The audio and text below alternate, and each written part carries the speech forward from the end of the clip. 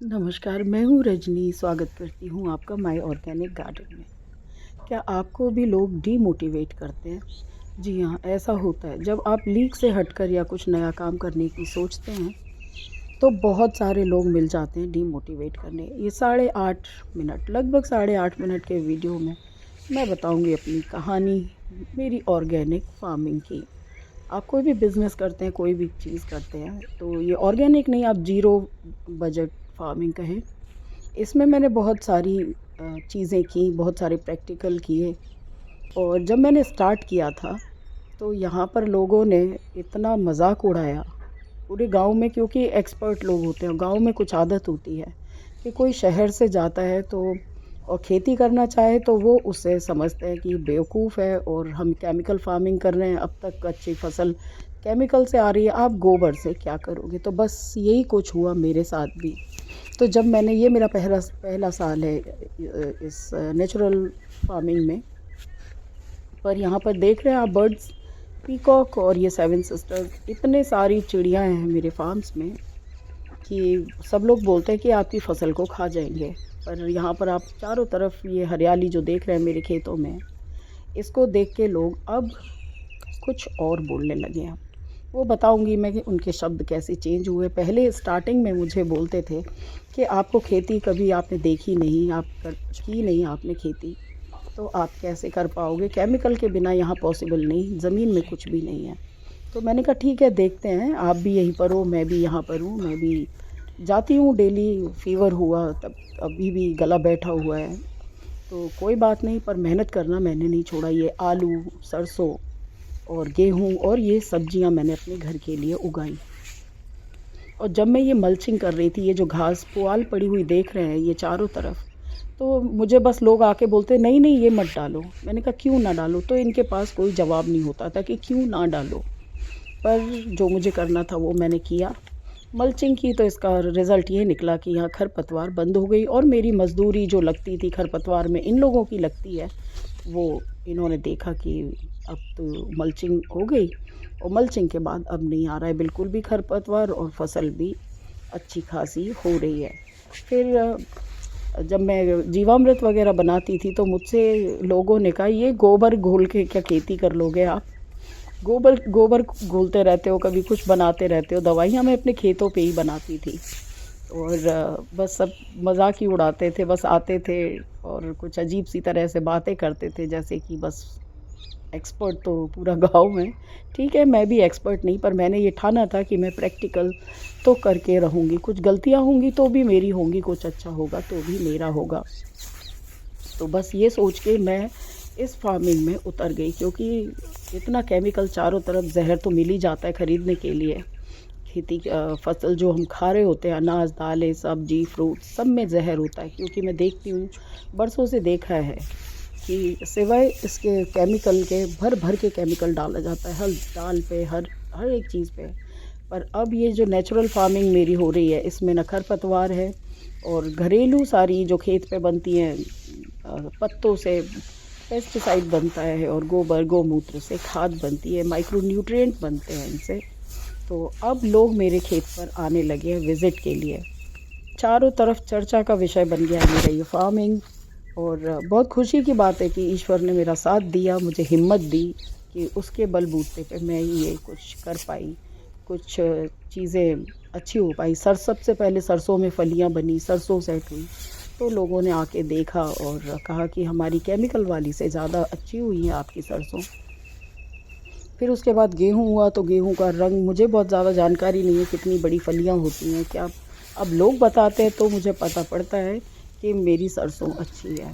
और फिर उसके बाद गेहूँ हुआ, गेहूँ को देख के लोग बोलते थे कि बिना खाद के, बिना उसके केमिकल के नहीं हो। गेहूँ भी बहुत अच्छा हुआ, आप देखते रहते हैं वक्त-वक्त पे। और ये सब्जियाँ मैं दिखा रही हूँ आपको साथ में। और फिर उसके बाद आलू, आलू भी बहुत अच्छा सेट हुआ है। अब एक और चुनौती है, उन्होंने कहा ये सारी चीज़ें अच्छी हो रही हैं, अभी थोड़ा फॉग पड़ने दो, फिर आलूओं में गलन की बीमारी लग जाती है और फलानी बीमारी लग जाती है। तो अब ये भी चैलेंज है मेरे साथ, पता नहीं मैं जीत पाऊँगी या नहीं जीत पाऊँगी। मोटिवेशन की ज़रूरत तो हर एक को होती ही है। पर मैं हाईली मोटिवेटेड हूँ। कुछ गलतियाँ होंगी तो सुधार लेंगे अगली साल। तो मैं बस आपसे ये कहना चाहती हूँ कि अगर आप भी कुछ काम नया करना चाहते हैं तो कूद पड़ें। लोगों की अगर आप सुनने लगे तो कुछ नहीं कर पाएंगे। पर हाँ, उसके लिए आप पहले ज़रूरी जानकारियाँ जुटाएँ, कुछ प्रैक्टिकल करें और छोटे लेवल पे करें। बहुत ज़्यादा पैसा लगा के कोई भी बिज़नेस ना करें। हो सकता है कुछ असफलताएँ हाथ लगें और फिर हम खुद डीमोटिवेट हो जाएँ। तो ज़रूरी नहीं, आप कोई भी बिज़नेस करें तो आप छोटे स्केल पे पहले प्रैक्टिकल कीजिए पहली साल और रिज़ल्ट देखिए कहाँ गलतियाँ हो रही हैं, कहाँ अच्छा है, कहाँ गड़बड़ है, प्लस है और माइनस है। जब आपको जाके पता पड़ेगा। तो आप ये देख रहे हैं मेरी गोभी, इसमें थोड़े से कीड़े लगे थे, पर नेवर माइंड, मैंने इस पे स्प्रे किया। आपने जो जानते हैं पत्तों से पेस्टिसाइड बनती है, आक नीम वगैरह से, लहसुन में मिर्च वगैरह डाल के उसका मैंने स्प्रे किया। और जीवामृत का भी बीच बीच में हर हफ्ते लगभग मैं स्प्रे करती हूँ। तो उससे रिज़ल्ट्स बहुत अच्छे आ रहे हैं। आप भी खेती करना चाहते हैं, आपके पास खेत हैं, तो ज़रूर ट्राई कीजिए और कहीं से ट्रेनिंग लीजिए। या मेरे पास तो एक्सपीरियंस था क्योंकि सभी ज़मींदार हैं फैमिली में। तो मैंने हालांकि देखा नहीं क्योंकि फादर जॉब करते थे, पुलिस ऑफिसर थे पापा। तो मेरे खेती बाड़ी पर शौक़ था, कहीं पर पापा को भी बहुत शौक़ था। तो उन्हीं के साथ हम बचपन से लगे रहते थे। फिर उसके बाद में अकेले अपना किचन गार्डन बनाया और उसमें बहुत सारे प्रैक्टिकल किए। और यूट्यूब पर आप देखते हैं सारी जानकारियाँ उसमें सही नहीं होती। तो आपको ज़रूरत है एक सही चैनल की। तो मैंने कुछ 1-2 चैनल सब्सक्राइब किए और उनसे मुझे बहुत अच्छी इन्फॉर्मेशन मिली। उसमें सबसे पहले तो मैं आपको नाम बता दूँ, एक टेक्निकल फार्मिंग करके जो चैनल है, उसने मेरी बहुत हेल्प की।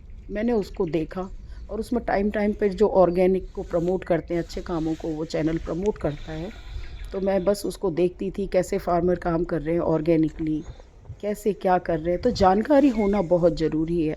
बिना जानकारी के लिए बिना जानकारी किए अगर आप किसी भी चीज़ में काम में हाथ डालते हैं तो फेल होना तो निश्चित है। तो अगर आप पास होना चाहते हैं, लोगों को गलत साबित करना चाहते हैं, तो ज़रूरी है आपका जानकारी इकट्ठी करना और सही जगह से इकट्ठी करना और लोगों की थोड़ी कम सुने। क्योंकि लोग जितने आते हैं उतने ज्ञान ज़रूर बांटते हैं। तो उनके ज्ञान की हमें शायद ज़रूरत नहीं, डिमोटिवेट भी करते हैं। तो आप बस लगे रहिए हिम्मत के साथ में और एक ना एक दिन कामयाबी आपको मिलेगी ही मिलेगी। और उचित ट्रेनिंग, उचित जानकारी और उचित लोगों का संपर्क बहुत ज़रूरी है जिनसे आप जुड़े रहें और जानकारी लेते रहें और सही जानकारी मिलती रहे। ये मैं घन जीवामृत आलू में छिड़कवा रही हूँ। ये सेकंड टाइम कर रही हूँ क्योंकि इसमें कल लगेगा पानी। और वैसे बीच बीच में जीवामृत का मैं इस पे स्प्रे भी करती हूँ। तो इस तरह से आप ये आलू देख रहे हैं मेरे, अभी इसको लगभग डेढ़ महीना लगभग हुआ है इसको लगे हुए और इसकी ग्रोथ अच्छी है। और वो आगे गेहूँ है बीच में और सबसे आगे सरसों। तो जुड़े रहिए मेरे से अच्छी जानकारियों के लिए, स्टे कनेक्टेड।